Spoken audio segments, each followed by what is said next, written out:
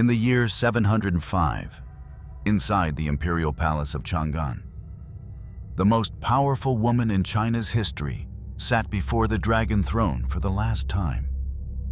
Her back was bent with age, her breath shallow, but her eyes, sharp as ever, lingered on the seat she had claimed through blood, betrayal, and desire. She was Wu Zetian, the only woman ever to call herself emperor in more than 2,000 years of Chinese dynasties. A farmer's daughter who became a concubine, a queen, and then the ruler of all under heaven. Her enemies called her lustful, corrupt, a woman who filled her court with lovers and eliminated anyone who stood in her way. By poison, by blade, by slow public death. But was she truly a depraved tyrant? Or was that the story her enemies wanted remembered? To find the truth, we must step into the shadows, where seduction and slaughter ruled side by side. She was not born in the glow of palace lanterns or to the sound of court musicians.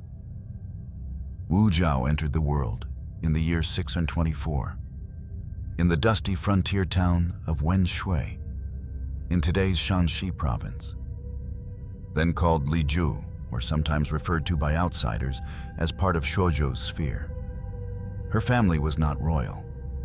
Her father, Wu Shihuo, was a skilled horseman and a merchant turned official, respected enough to hold a modest command, but far from the upper echelons of the Tang dynasty elite. Her mother came from a family of similar standing, comfortable, educated, but without titles that would echo through history. In the grand hierarchy of the Tang court, the Wu family was a candle in a hall lit by gold. And yet, from the start, Wu Zhao's parents treated her differently. At a time when most girls were taught only the barest of reading, she was given tutors. She learned poetry before she learned how to embroider. She was allowed to watch her father receive guests, to listen to conversations about trade, politics, and war. The Tang dynasty itself was still young, a bold, confident empire born from rebellion, stretching from the deserts of the west to the seas of the east.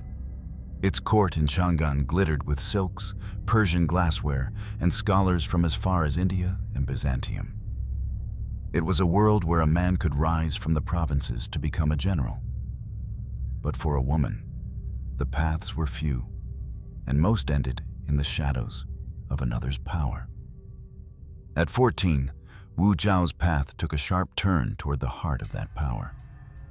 She was summoned to the capital to serve in the harem of Emperor Taizong, the formidable second ruler of the Tang. She entered not as a queen or consort, but as a Chiron, a talented person, one of the lower ranks among the hundreds of women who lived in the Forbidden City's inner quarters. The palace was another world entirely. Here, every smile could be strategy, every glance a test. The walls were painted with history's lessons.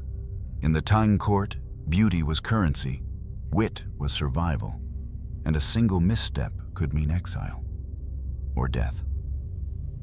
Wu Zhao quickly discovered that she was not the most beautiful woman in the court, nor the most favored.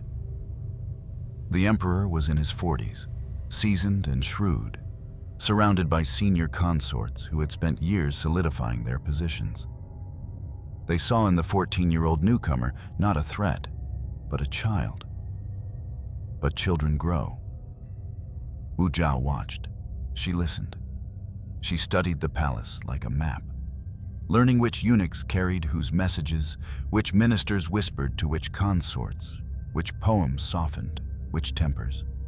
She also learned the dangers of being noticed too soon. More than once, she found herself the subject of whispered mockery, the target of small cruelties. Silk gowns misplaced before an imperial banquet. Food brought late and cold. An invitation to an audience rescinded at the last moment. Her father died when she was still young, leaving her without a powerful male protector in court. In the Tang hierarchy, that was no small thing. Still, she endured. The emperor occasionally summoned her to his private study, where she read poetry aloud or discussed Buddhist sutras. But she never bore him a child, and in the logic of the harem, that made her expendable. When Taizong died in 649, the rules of tradition struck like a hammer. Women who had served the emperor but had not borne him sons were sent to convents, their hair shorn, their days filled with chants instead of courtly intrigues. Wu Zhao was among them. She left the palace gates not in a gilded carriage, but in the quiet procession of discarded concubines bound for the Ganye temple. For most women in her position, this would have been the end. A life in the convent was a living burial, cut off from politics, from influence, from the pulse of the world beyond the temple walls. But Wu Zhao was not most women. Inside the convent, she waited. She recited scriptures, bowed before the Buddha, and served tea to visiting nobles and members of the imperial family. And among those visitors was one man whose presence stirred old embers, Li Ji, now Emperor Gaozong, the son of Taizong, and the man who had once been a prince in his father's court when Wu Zhao was still a Chiron. Their connection, if whispers are to be believed, began before Taizong's death. An exchanged glance here, a brief conversation there, small moments that, in the suffocating world of court etiquette, carried the weight of forbidden possibility. Now, years later, that possibility returned. Gaozong's visits to the temple were part piety, part duty. But his eyes lingered on the woman who was no longer the timid girl he remembered. Wu Zhao was 24 now. Her beauty matured, her voice steady, her mind sharpened by a decade of survival in one of the most dangerous courts on earth. For the emperor to take his father's former concubine was scandalous, even unthinkable. It would be seen as incestuous in the eyes of Confucian scholars. But desire is often stronger than tradition, and politics stronger still. Wu Zhao understood this. She began to place herself in the emperor's path during his visits, offering a well-timed remark, a subtle compliment, a fragment of verse that lingered in the mind. She also learned of Gaozong's weaknesses, his poor health, his reliance on others to handle state affairs, his distaste for confrontation. It was here, in the incense-thick air of the temple, that Wu Zhao began to glimpse a path back into the palace. Not as a discarded concubine, but as something far greater. She would not walk it alone. Every move would need allies, eunuchs willing to speak in her favor, court ladies to deliver her words, and eventually, the emperor himself to defy the inevitable outrage of the ministers. For now, though, she played her role. The dutiful nun, the humble servant, the woman with no ambition but to serve the Dharma. But behind her lowered gaze, plans took shape. History would remember Wu Zetian as an empress who killed without hesitation, who took lovers without shame, who ruled without mercy. But in these early years, she was still a woman marked by loss. Loss of her father, loss of her position, loss of her future. That loss would become her fuel. Because for a woman to survive in the Tang court, she could not simply be obedient. She had to be indispensable. She had to be unforgettable. She had to be dangerous. When the gates of the Ganye temple opened for her again, it was not because the rules of tradition had changed. It was because Emperor Gaozong had chosen to ignore them. Wu Zhao's return to the palace was nothing short of audacious. The whispers began before she even crossed the threshold. She was his father's concubine. It is against the rites. She will bring scandal. Ministers murmured in private that this union was unfilial, a shadow upon the dynasty's moral order. But scandal alone is not enough to stop a ruler. Gaozong, beset by chronic illness and a temperament that leaned toward avoidance rather than confrontation, found in Wu Zhao not just a companion, but an anchor.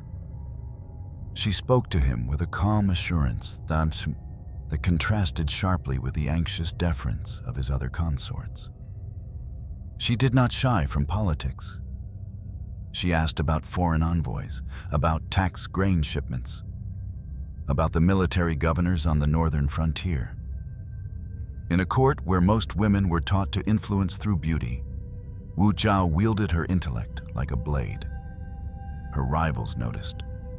The highest among them was Empress Wang. Childless, politically vulnerable, yet still holding the formal authority of the first wife. Beneath her was Consort Xiao, a favored concubine known for her elegance and musical skill. Both women saw in Wu Zhao not merely another palace beauty, but a threat with ambitions that reached far beyond silken chambers. The emperor's favor shifted quickly. Wu Zhao's wit, her talent for reading his moods, her ability to soothe his ailments with carefully chosen herbal remedies, all these worked in her favor, and she gave him something more: heirs. Within a few years, she bore Gaozong's sons, cementing her place not just as a companion, but as the mother of the dynasty's future. But life in the inner palace was never secure. The women's quarters were a battlefield fought with whispers, alliances, and silent assassinations of reputation. A poem recited in the wrong company, a servant seen speaking to the wrong minister. These could be as deadly as a dagger.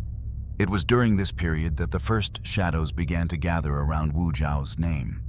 The court chroniclers, many of them men loyal to Confucian orthodoxy, noted her assertiveness with unease.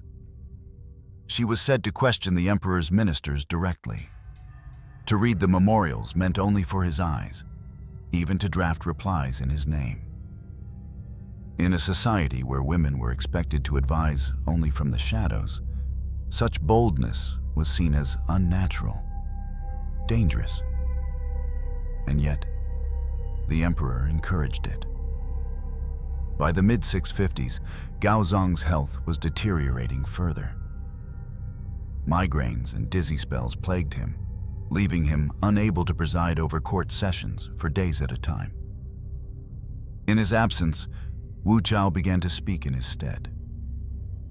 At first, she stood just behind the throne, whispering responses into his ear. Soon, she stood beside it. Then, at last, she sat upon it when he was too ill to appear at all. The ministers understood the implication. She was no longer merely the emperor's wife. She was his political partner. This alliance between husband and wife, however, came at a cost. The palace factions grew more polarized.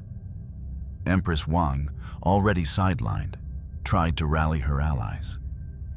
Consort Xiao whispered poison in ears that were eager to hear it. Stories began to spread. Stories of Wu Zhao's temper, her unwomanly hunger for power, her disregard for propriety. It was in this charged atmosphere that tragedy struck. In 654, Wu Zhao's infant daughter, barely a few months old, was found dead in her crib. The cause was never officially recorded, but suspicion fell immediately upon Empress Wang, who had been visiting the nursery. Wu Zhao accused the Empress of murder, painting her not only as barren, but as jealous and cruel enough to kill a child. The palace erupted in quiet panic. Empress Wang denied the charge, but the damage was done. Ministers loyal to Wu Zhao urged the emperor to act, citing the need to preserve harmony and protect the dynasty's heirs. The fate of Empress Wang was sealed. Within the year, Gaozong deposed her and elevated Wu Zhao to the position of Empress Consort. Consort Xiao, stripped of favor, followed Wang into disgrace. Both women were eventually imprisoned, and according to later accounts, whether truth or politically convenient myth, met grisly ends under Wu Zhao's orders. If those accounts are to be believed, the deaths were not swift. Some chroniclers claimed they were mutilated, their limbs hacked away before execution. Others suggested they were left to die slowly, their bodies displayed as warnings to any who might oppose the new empress. Whether or not every detail is true, the political reality was undeniable. Wu Zhao had eliminated her most powerful rivals and secured her position at the very heart of the Tang court. The young concubine once sent to a convent was now the mother of princes, the emperor's most trusted advisor, and the woman through whom all favors and all fears flowed. And yet, the cracks were already visible.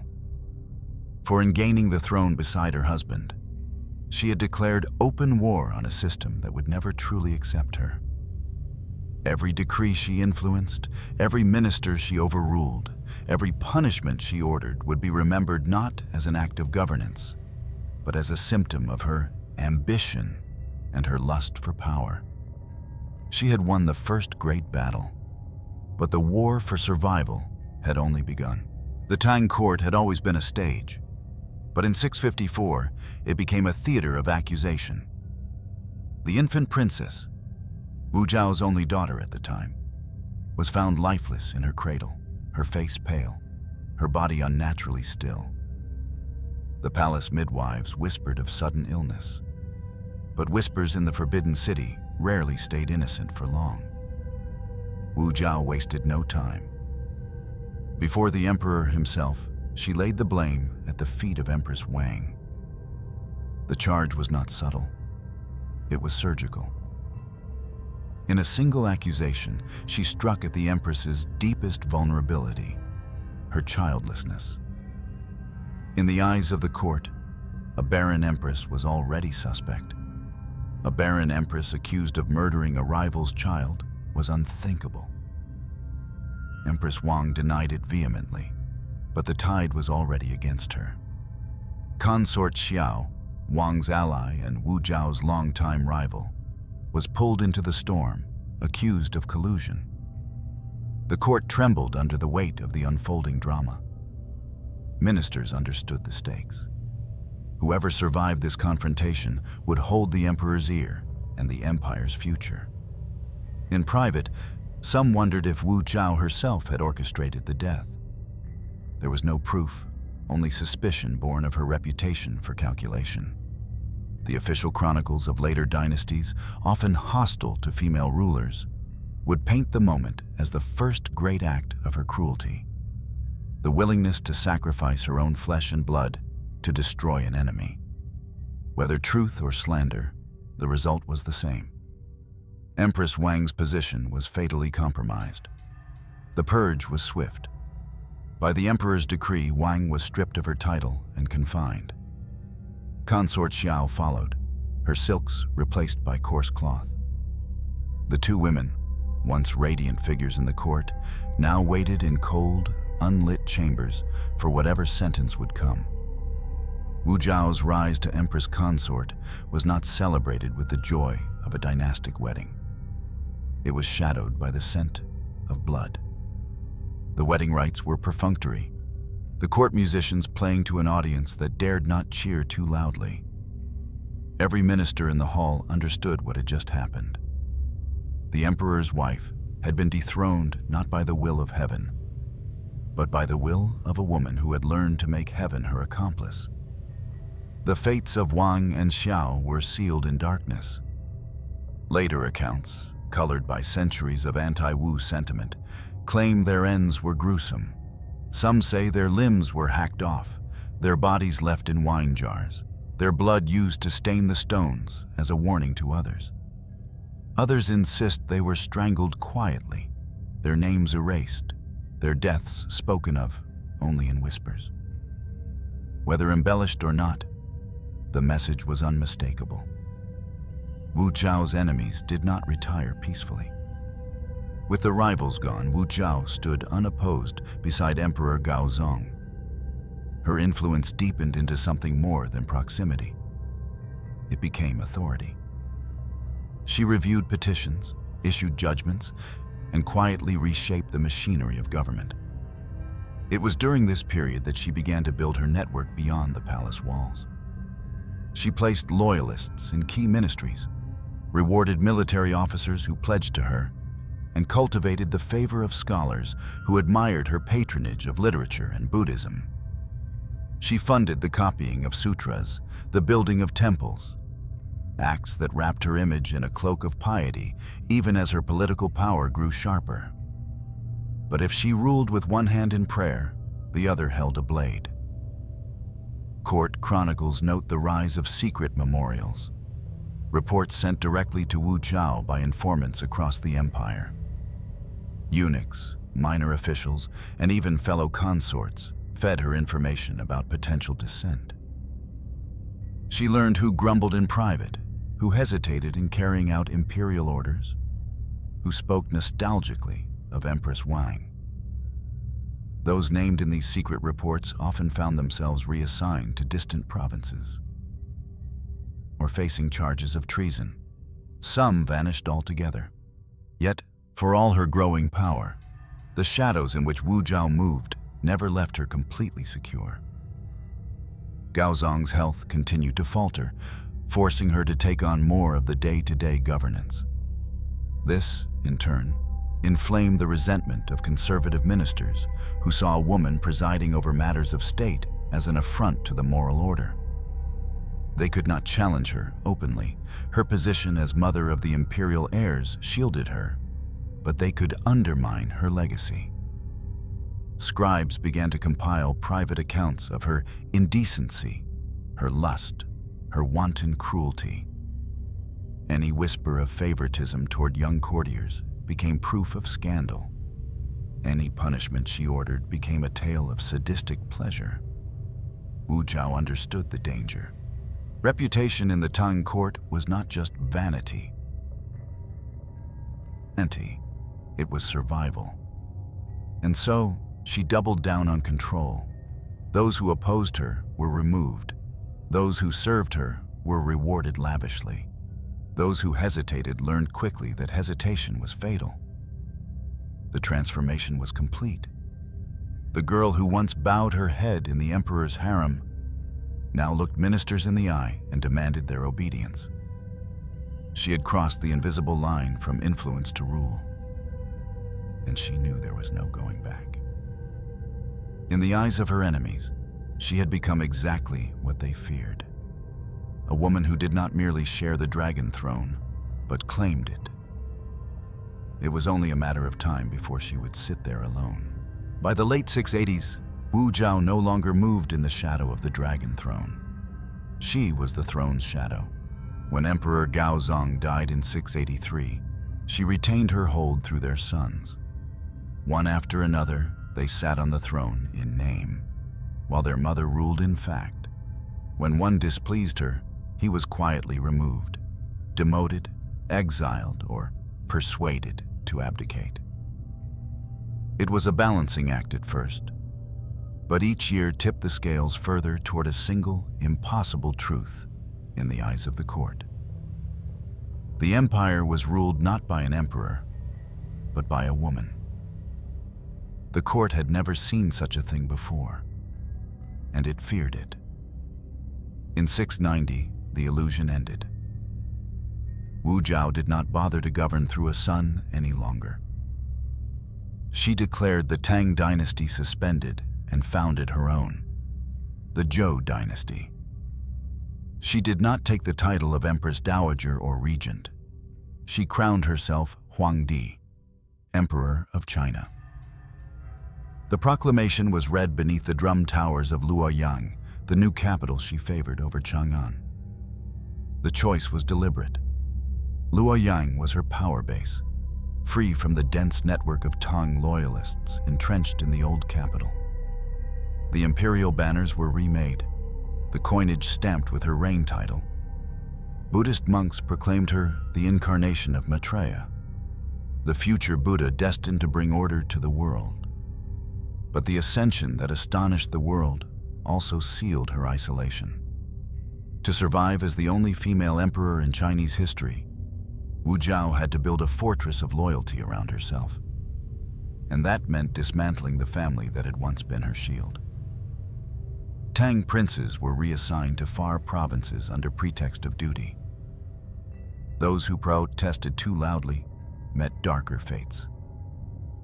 Charges of conspiracy, sudden illness, disappearances in the night. Within the palace, she built a lattice of surveillance. A secret police corps, officially the censorate, operated as her eyes and ears, reporting on ministers, generals, even members of her own household. Their word could topple a governor, strip a general of command, or send a courtier to the execution grounds. The machinery was relentless. Ministers rose in the morning unsure if they would see nightfall.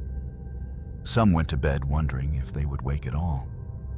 The mere mention of a plot could send entire families into exile.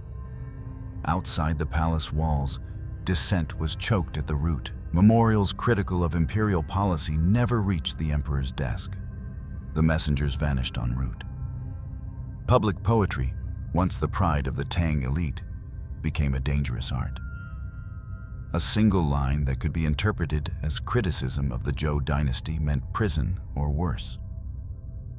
And yet, the bureaucracy still turned. Wu Zhao was no idle tyrant. She reformed the civil service examinations to weaken aristocratic monopolies, opening the path to power for talented men of lower birth who, in turn, owed their loyalty to her. She expanded granary systems to stabilize food supplies, and her court sponsored massive Buddhist projects that strengthened her ideological hold. It was a paradox, an era of both suffocating fear and administrative competence. But competence did not make her less alone. Every gesture in court was calculated, every smile measured. The grand halls of Luoyang, with their painted beams and gilded screens, were quieter than they had ever been. Ministers bowed deeper than before, but spoke less. Even family gatherings were tense affairs, stripped of laughter, weighted with the knowledge that each relative might be watching for signs of disloyalty. The emperor's bedchamber, too, became a guarded realm.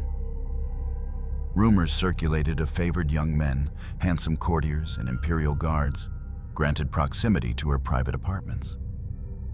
Her enemies seized on these whispers, portraying her as a decadent ruler given over to lust. Whether the truth was that she sought companionship, political leverage, or both, the story spread like fire. The accusations became part of the weaponry against her. If they could not defeat her policies, they would attack her morality. A woman who takes lovers cannot be fit to rule, the Confucian moralists said, ignoring the emperors before her who had kept harems numbering in the hundreds. Wu Zhao understood this double standard all too well. She did not try to erase the rumors. Instead, she let them coexist with a harsher truth. No matter the gossip, she still held the empire in her hands. Still, cracks formed in the walls she had built. Loyalists of the Tang house plotted in whispers, waiting for her health to falter. Buddhist clergy, once her allies, began to balk at her demands for ever greater displays of loyalty. Even her trusted ministers looked to one another with the silent question, what happens when she is gone? For now, she stood alone at the summit, her robes heavy with gold thread, her crown glittering under the court lanterns. She had remade the empire in her image, but in the process, she had walled herself off from the world. No one dared approach her without being summoned. No one dared speak to her without choosing every word as if it might be their last. It was the price of being emperor. And for Wu Zhao, it was also the first whisper of the end. By the mid-690s, Wu Zhao was at the height of her power. She was no longer the ambitious concubine fighting for a place in the palace. She was Emperor Wu Zetian, the supreme authority of the Zhou dynasty, answerable to no man, feared by every minister, and beyond the reach of precedent. But the higher the throne, the colder the air. And in Wu Zetian's later years, that coldness began to sharpen into cruelty. The machinery she had built to protect her position, the secret police, the network of informants, the web of loyalists placed in every ministry, had grown into an empire within the empire. It did not just defend her. It hunted for threats, real or imagined, with relentless appetite. Any murmur of dissent was enough to set the blades in motion. Families accused of treason were destroyed root and branch. The infamous punishment of Zhou Zhu, execution of 9 generations, was not just a threat from the law books. It was enacted. In some cases, entire lineages vanished from the registry overnight. Public executions became theater. The condemned were paraded through the streets of Luoyang before meeting their fate. Beheading, strangulation, or, in the most infamous cases, lingqi, death by 1,000 cuts. Wu Zetian did not always attend, but the knowledge that such spectacles occurred under her rule was a message in itself. Loyalty was life. Disloyalty was annihilation. Fear was the spine of her authority. And yet, so were whispers. Her enemies in the court, both surviving Tang loyalists and disillusioned Zhou officials, could not match her political skill. They turned instead to the only weapon they had left: scandal. It was in these final years that the stories of her male favorites took root and spread. Zhang Yiji and Zhang Changzong, 2 brothers known for their beauty and charm, were among the most notorious. Appointed to influential positions despite their youth, they became symbols of what her enemies painted as a corrupt and indulgent court. The rumors were lurid, that she spent long nights with them in private, that they used their proximity to sway imperial decisions, that ministers were forced to flatter them as they would flatter the emperor herself. Whether these tales were true or manufactured, they became part of the political war against her. Wu Zetian's critics called her reign a betrayal of Confucian virtue, a warning of what happens when a woman takes the throne. The double standard was glaring.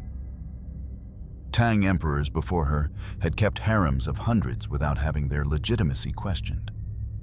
But in a culture bound to patriarchal order, her alleged relationships became more damning than any political purge. But Wu Zetian did not yield to moral attack. If anything, she used it to her advantage. The Zhang brothers were not just companions. They were instruments. Through them, she channeled information, secured loyalty among younger courtiers, and bypassed ministers she no longer trusted. Still, her reliance on them deepened the divide in her government. The older, established officials, the same men who had tolerated her rise when cloaked in the authority of the Tang name, now saw her court as a den of corruption. And in their discontent, the seeds of her downfall began to sprout. Outside the palace, the empire was not at peace. Rebellions flared in the far provinces. Nomadic tribes tested the borders. Taxes grew heavier to fund both military campaigns and the emperor's vast building projects, from temples to statues of the Buddha. While these monuments proclaimed her piety and grandeur, they also drained the treasury and stoked resentment. Within the palace, paranoia thickened. Ministers who had served her faithfully for decades found themselves accused without warning. Some were executed. Others chose suicide to avoid disgrace. The air in the audience hall was heavy with unspoken fear. Every bow deeper than the last, every silence more calculated. Wu Zetian's health began to falter. The migraines and dizzy spells that had once plagued her husband now came for her. She withdrew more often to her private chambers, leaving the Zhang brothers to act as intermediaries. This only fueled the perception that the empire was being run not by the emperor, but by her lovers. And yet, even in frailty, she remained formidable. When a conspiracy was uncovered in 701 involving high-ranking Tang princes, she acted with the same precision that had carried her to power decades earlier. Swift arrests, public trials, and executions that made the capital tremble. But she could not execute time. By 703, the once indomitable ruler was visibly weakened. Ministers began to move cautiously against her, not through open rebellion, but through quiet coordination. Tang loyalists found common cause with disaffected Zhou officials. Their aim was not to kill Wu Zetian, that would risk martyrdom, but to force her to relinquish the throne. The turning point came in early 705. Wu Zetian was bedridden, her strength fading, her control slipping into the hands of those she trusted least. The Zhang brothers, once her allies, became political liabilities, symbols of all the charges her enemies had leveled against her. In a coup carried out with surgical precision, palace guards loyal to Tang restoration stormed the imperial apartments. The Zhang brothers were killed on the spot, their bodies left as a warning. Wu Zetian, too ill to resist, was confronted by the ministers and generals she had ruled over for decades. The choice they offered her was simple: abdicate and live, or resist and die. For the first time since she had claimed the dragon throne, Wu Zetian yielded. She signed the Edict of Abdication, restoring the Tang dynasty under her son Zhongzong. The banners of the Zhou were taken down. The official histories began their work of erasing her reign. The woman who had risen from a teenage concubine to become the only female emperor in Chinese history now faced her final role: a dethroned ruler in the hands of her enemies. But her story, her legend, was far from over. The corridors of Luoyang were unusually quiet the morning after Wu Zetian's abdication. There were no formal processions, no ceremonial farewells, no public acknowledgement that the most extraordinary reign in Chinese history had come to an end. Instead, the change was executed as if it were a state secret. The imperial edicts restoring the Tang dynasty were issued immediately, stamped with the seal of her son, Emperor Zhongzong. The banners bearing the Zhou dynasty's insignia were pulled down from palace walls. Official scribes began altering documents, not to mark her reign, but to excise it. Her portraits were quietly removed from the imperial halls. The inscriptions on public works she had commissioned were replaced with Tang imperial seals. In the archives, the reign titles she had chosen for herself were struck from records, replaced with posthumous labels designed to diminish her. The Zhou dynasty, as far as the restored Tang government was concerned, had never existed. The official histories were blunt in their judgment. Wu Zetian was described as a lustful, cruel woman, a ruler whose reign was marked by decadence, bloodshed, and moral corruption. Chroniclers, many of whom owed their positions to the Tang house, wove a narrative that emphasized her relationships with the Zhang brothers, her alleged sexual depravity, and the executions that had scarred the empire. They stripped away her administrative achievements, her reforms, and her patronage of Buddhism, leaving only the image of a tyrant unworthy of the throne. This was not just character assassination. It was political necessity. The Tang dynasty needed to restore its legitimacy. That required not only reclaiming the throne, but also erasing the idea that a woman could ever rightfully hold it. Wu Zetian's reign had broken a fundamental rule of the Confucian order: that the emperor must be male, the embodiment of patriarchal authority. Allowing her memory to remain intact would have been an invitation for others to challenge that principle. And so, they buried her in history. Physically, too, she was reduced. Wu Zetian was moved to a smaller, private palace in Luoyang, stripped of her imperial robes, her court, and her voice in governance. She was still addressed with courtesy, but the formality masked a deeper reality.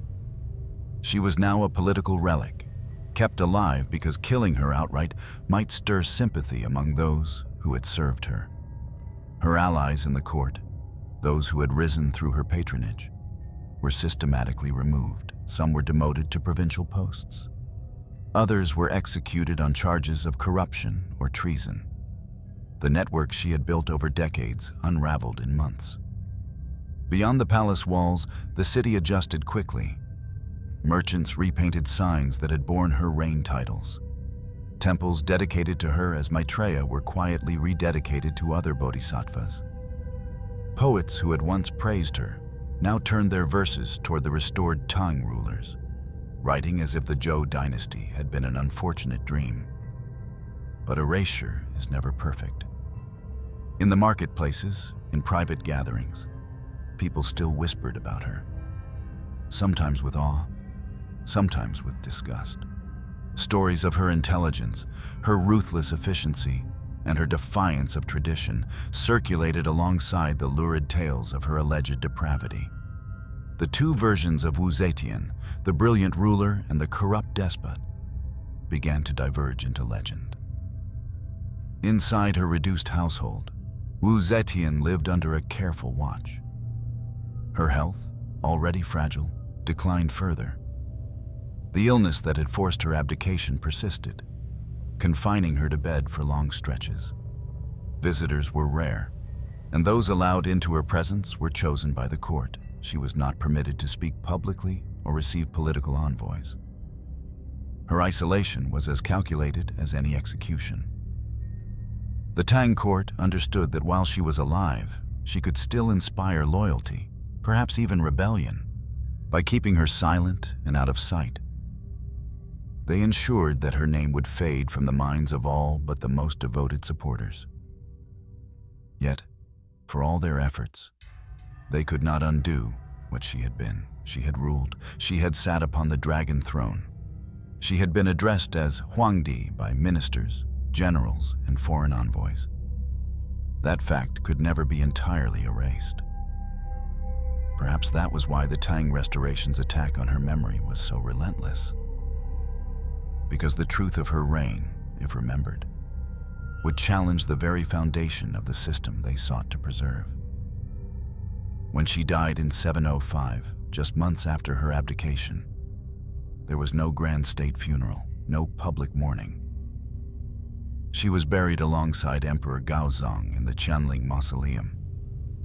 But even her tombstone was left blank, an unprecedented silence in stone. Officially, this was framed as humility, but in reality, it was the final act of erasure.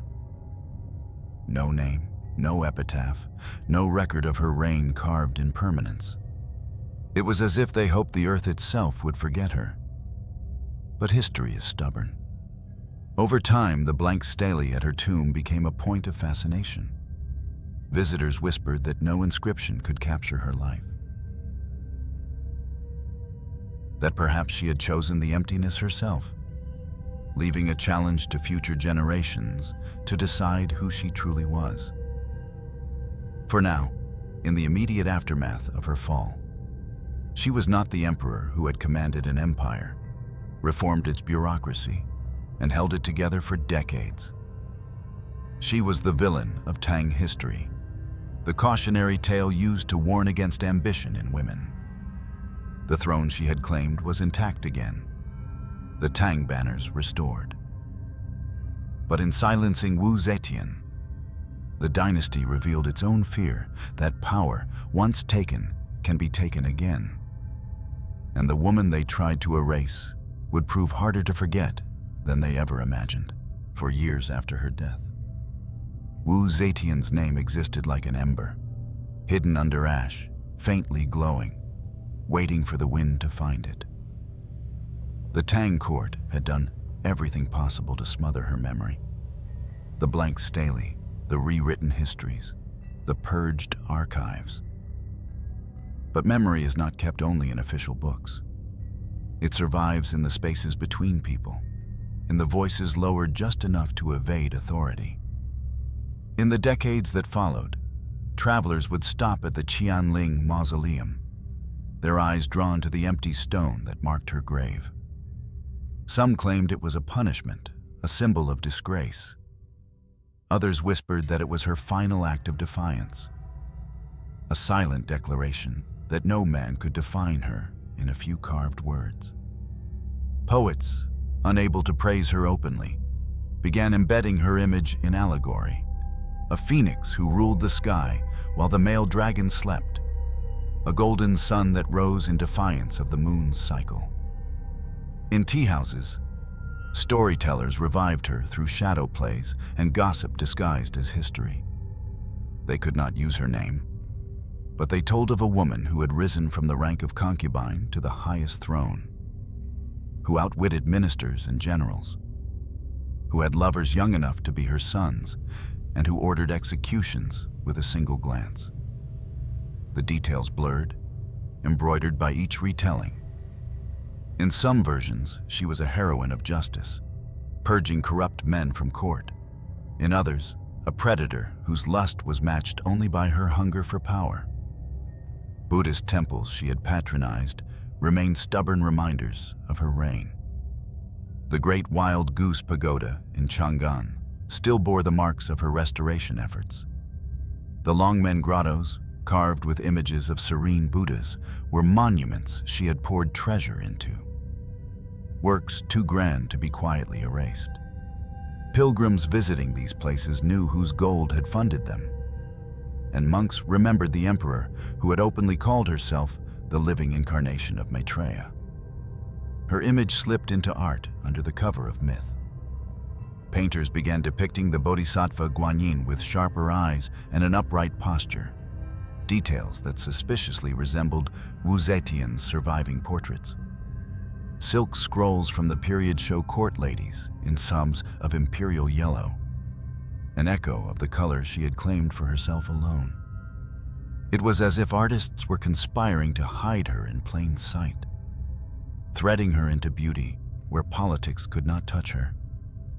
Even the official histories could not keep her entirely submerged. As generations passed, scholars began to revisit her reign with a less rigid hand. The Old Book of Tang and New Book of Tang preserved both the vilification and the facts. Her reforms of the civil service exam, her merit-based promotions, her military campaigns that expanded and secured the empire's borders. These were achievements the Tang could not claim without acknowledging her hand in them. Ironically, the dynasty that sought to erase her had ensured her survival by making her so infamous.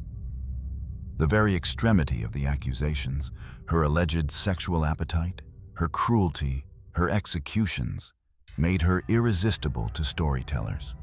A villain of that scale was too vivid to disappear. Centuries later, during the Ming and Qing dynasties, playwrights and novelists brought her back fully into the realm of popular imagination.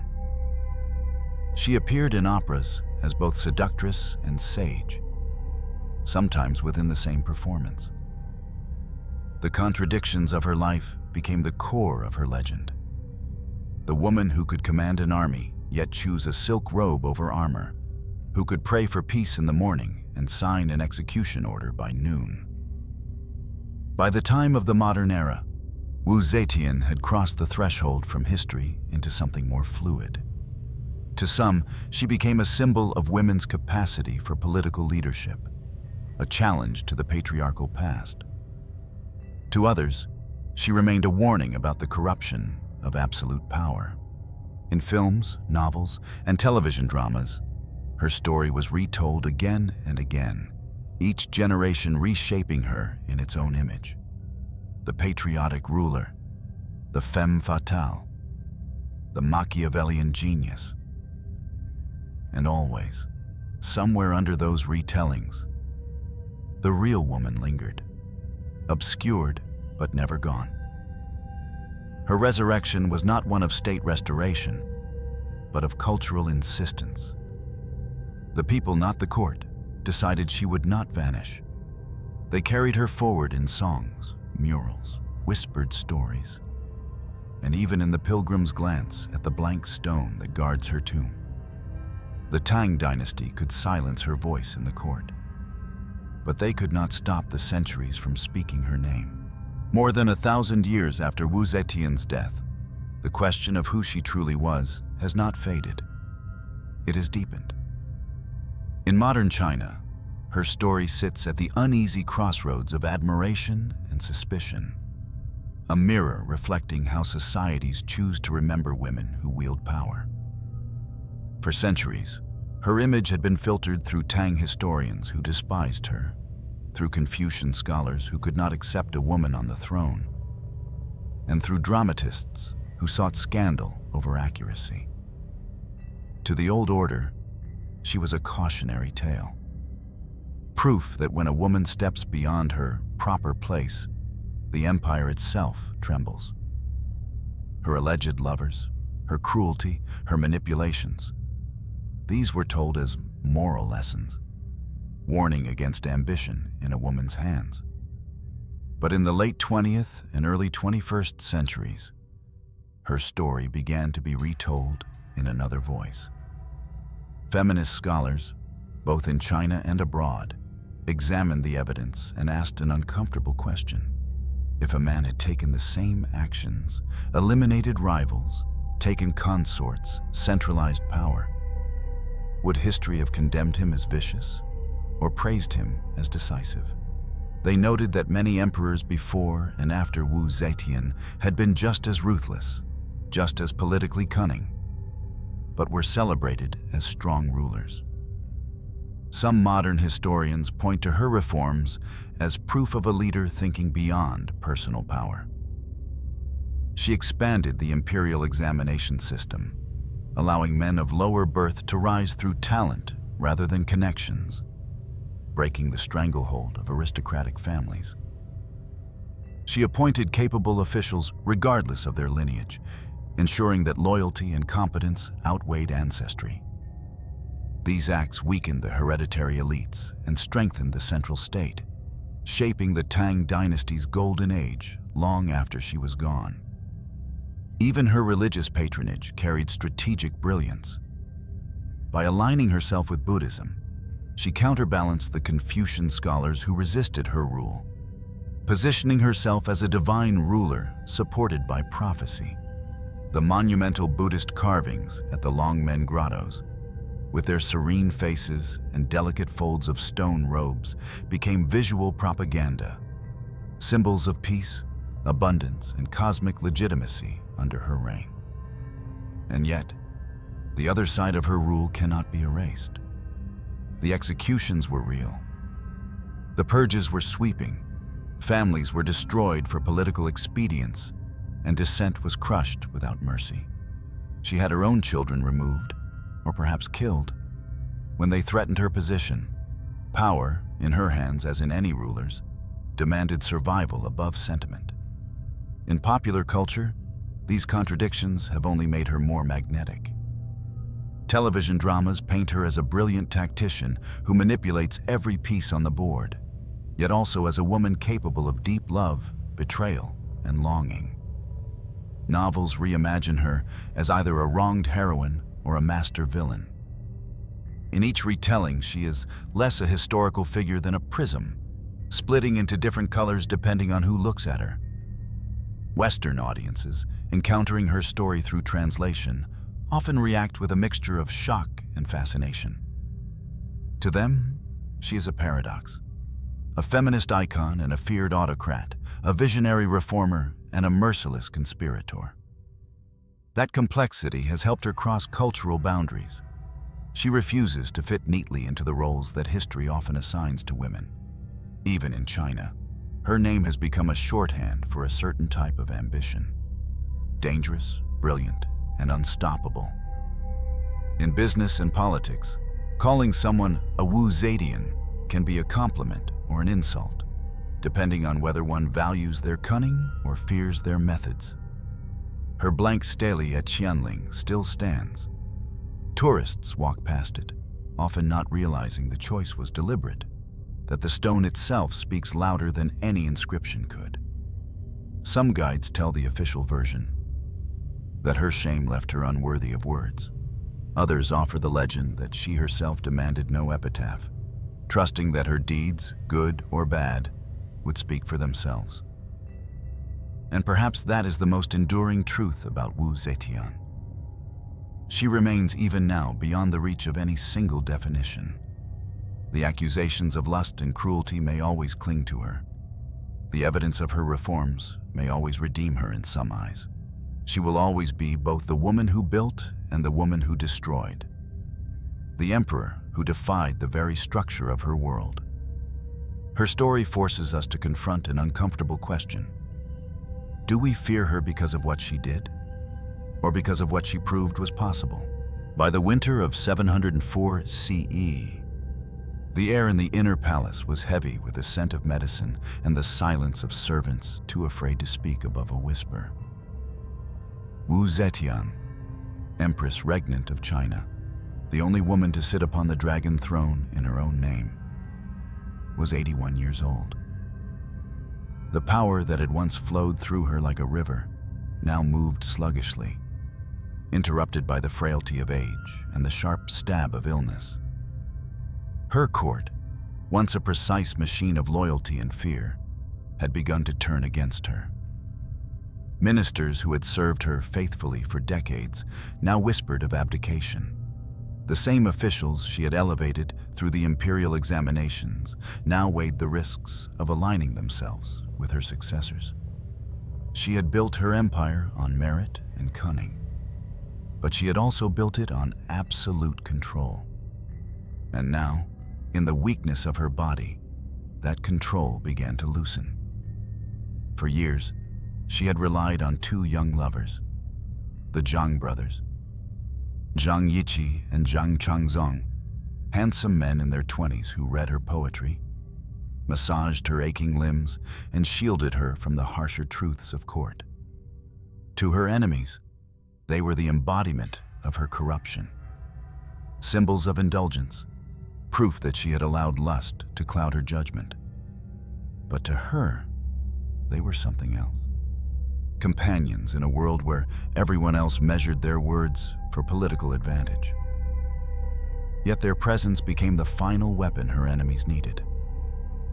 Accusations of debauchery and moral decay were whispered through the palace halls, carried on the sleeves of eunuchs and the lips of resentful ministers. Those whispers grew louder, feeding into the ancient belief that a ruler's sexual behavior reflected the health of the state. By early 705 CE, her health had worsened sharply. Fevers left her drenched in sweat.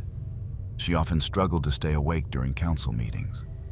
Her appetite faded, her weight dropped, and the once commanding voice that had ordered executions and declared laws now trembled when she spoke. She spent more time in her private chambers, surrounded by silks and incense. The walls covered in calligraphy she had once composed in moments of triumph. Then came the coup. It began with the sound of boots in the dawn corridors, the rapid, disciplined march of the Imperial Guard. The Zhang brothers were seized before they could reach her chambers, dragged into the courtyard, and executed without trial. Wu Zetian, still in bed, was surrounded by ministers and generals who had served her and plotted against her in equal measure. They bowed deeply, not in reverence, but in finality. They told her she must abdicate in favor of her son, Li Xian, the former Emperor Zhongzong, whom she had once deposed. The irony would not have been lost on her. The son she had judged too weak to rule now stood as the tool of her removal. There was no public humiliation, no trial.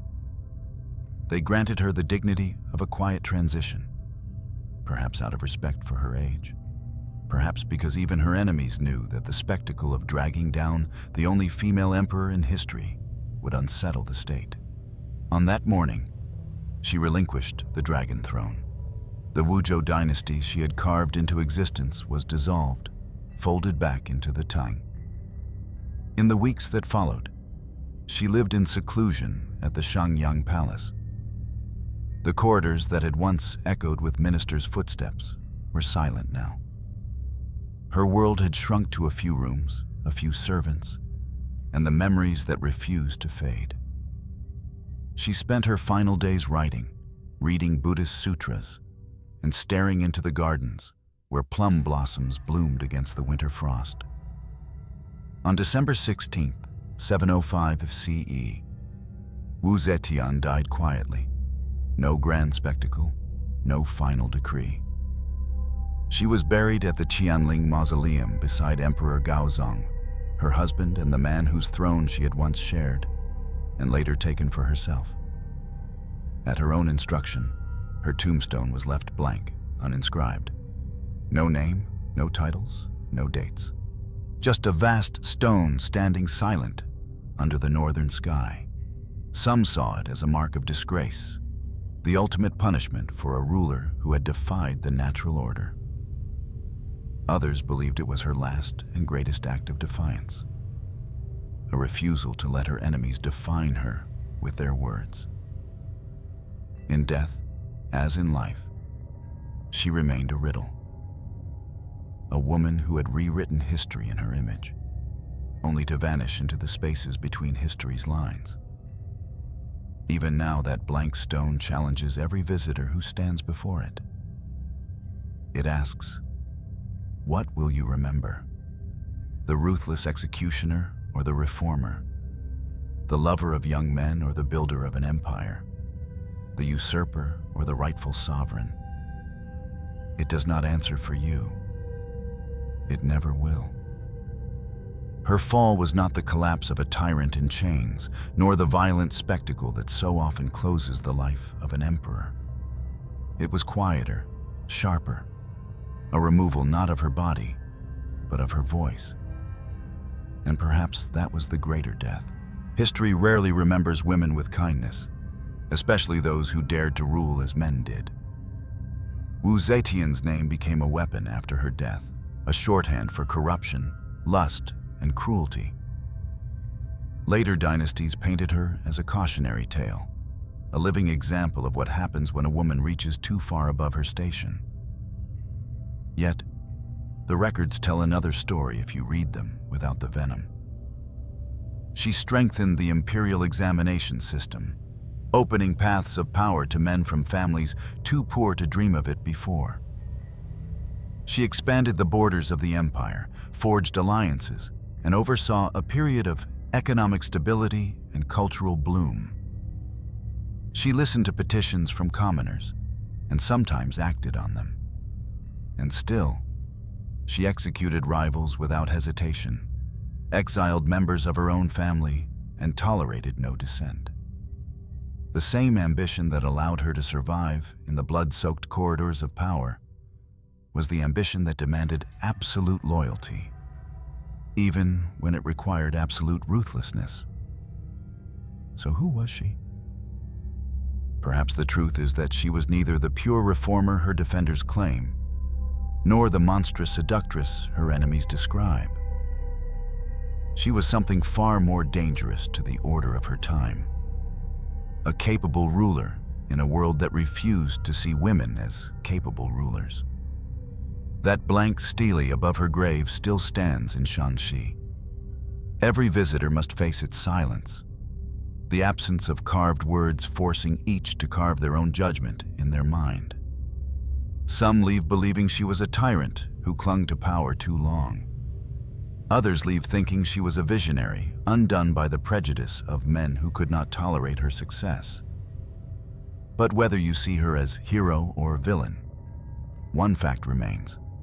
She changed the shape of Chinese history in a way no other woman ever did. And in doing so, she left behind a question that has not faded in 13 centuries. If a woman can rule as well as any man, why must history work so hard to erase her? If this story made you question what you thought you knew about power and legacy, subscribe for more forgotten histories.